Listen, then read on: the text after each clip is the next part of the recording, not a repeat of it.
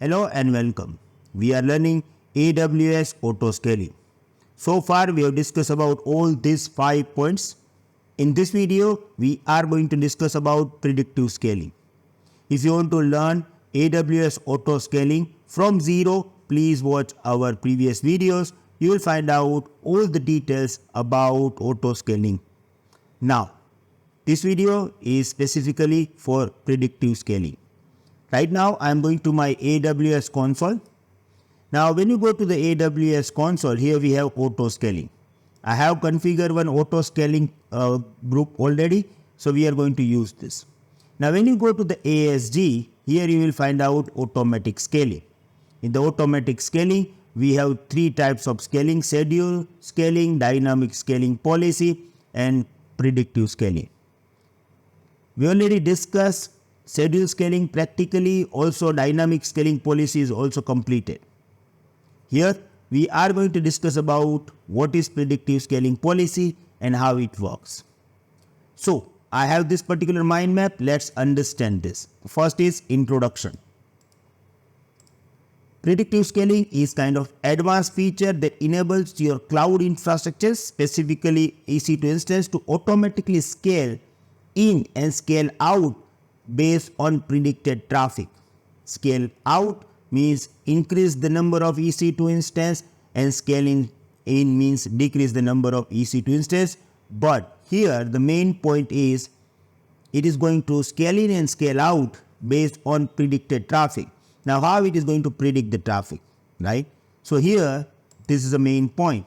By using ML, machine learning model, to analyze historical traffic data. So first of all, it is going to analyze historical data. It required at least 3 weeks to analyze this data, and based on this, predictive scaling accurately forecasts the future demand and proactively manage the compute capacity of your auto scaling group.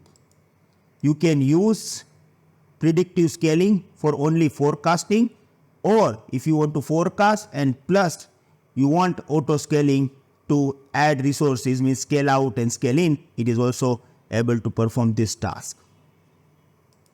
Proactive scaling can be used in conjunction with dynamic scaling and schedule scaling.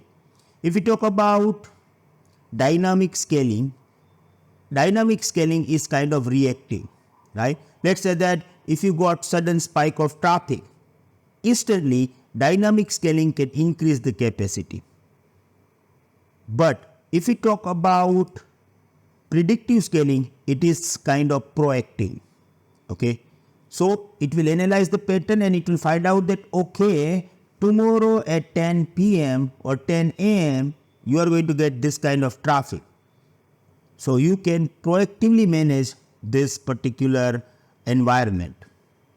And it is always good idea to manage your environment using both proactive and reactive. So if you combine both of them, it works very well. So proactive scaling, prepare for expected changes, offering more proactive approach.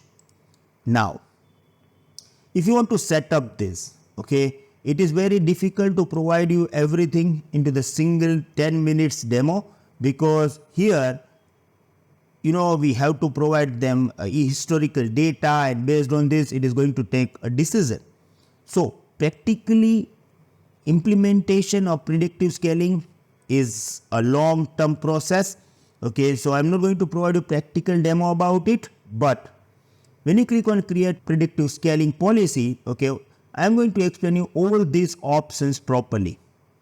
Okay, I'm going to give you example for all of these options as well, so you will get better understanding, and when you will work in the field you can implement this as well. So when you create policy, predictive scaling policy, first of all you have to provide name. Let's say that policy 1. Now here we have turn on scaling. So let's discuss about this 4 options step by step. The first option is scale based on the forecast. Now, if you look at this, you can on it and off it, right? Now, if you on it, then what happens? Predictive scaling will automatically adjust the number of instances in your auto scaling group based on the prediction of the future traffic. Okay. Now, if you off this, it means we are using predictive scaling on a forecasting mode. It means it will forecast about the traffic, but it is not going to add or remove our EC2 instance. So scaling is not enabled, just we are using this forecasting for our information, right? So predictive scaling will make a prediction about the future traffic, but it will not take any automatic action to scale your resources. So it is now up to you that do you want to scale or not. You can go with the manual or you can go with the dynamic. But here we are using this forecast data. Okay, so that's why we have two options. We can forecast only and scale as well if you want to. If you want that AWS Auto Scaling can increase and decrease instances for you. Now, here we have another options. Now, if you look at this, we have two options: metrics and target utilization. So let's talk about both of this. First of all, metrics. The chosen metric is what the system will analyze historically and predict the future needs. This could be CPU utilization, network I/O, request count per target, or any relevant metric that reflect the load or performance of your instance.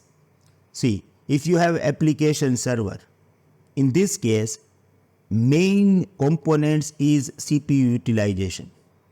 Let's say that if you have a database server, then the memory utilization is the main components for the database server, right?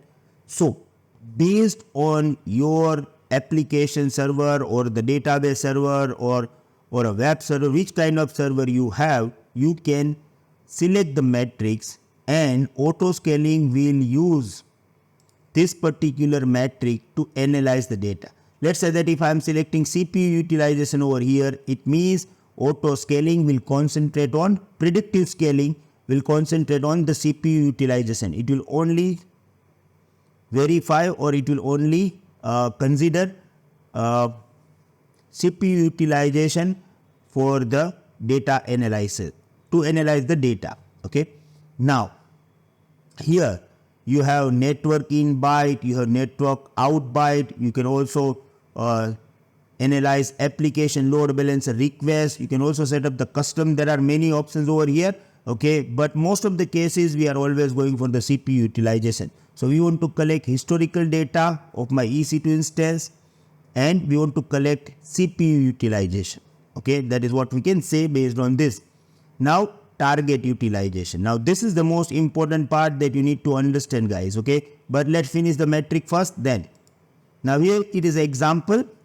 If you choose CPU utilization, the algorithm will look at the past CPU usage trends to forecast the future CPU requirement. Now it will consider only CPU. Okay. Now let's talk about the target utilization. Target utilization refers to the desired level of resource usage that you want to maintain. It's a threshold that guides the scaling process. Now let's take an example. If the metric is CPU utilization, right now we have this, right? The metric is CPU utilization. Setting a target utilization of 50%. Let's say that here we have the 50%, right? We are going with the default option. Means you are indicating that ideal operational state is when each server is around 50% of its available CPU power. It means, hi, I am Bhavesh Atara from CloudFolks HUB. To watch full video, please visit our website learn.bhaveshatara.live or CloudFolks HUB Android and iOS app. We are going to upload full video daily on our portal. You can visit our portal and you can enroll to our 100 days challenge course. Right now, for first 1000 students, for India, it is just 499 rupees fees. and for abroad, you just need to pay only 7 USD. We are going to upload daily full videos over there, and this challenge will be continue for 240 days. Thank you very much. See you inside the app. Goodbye.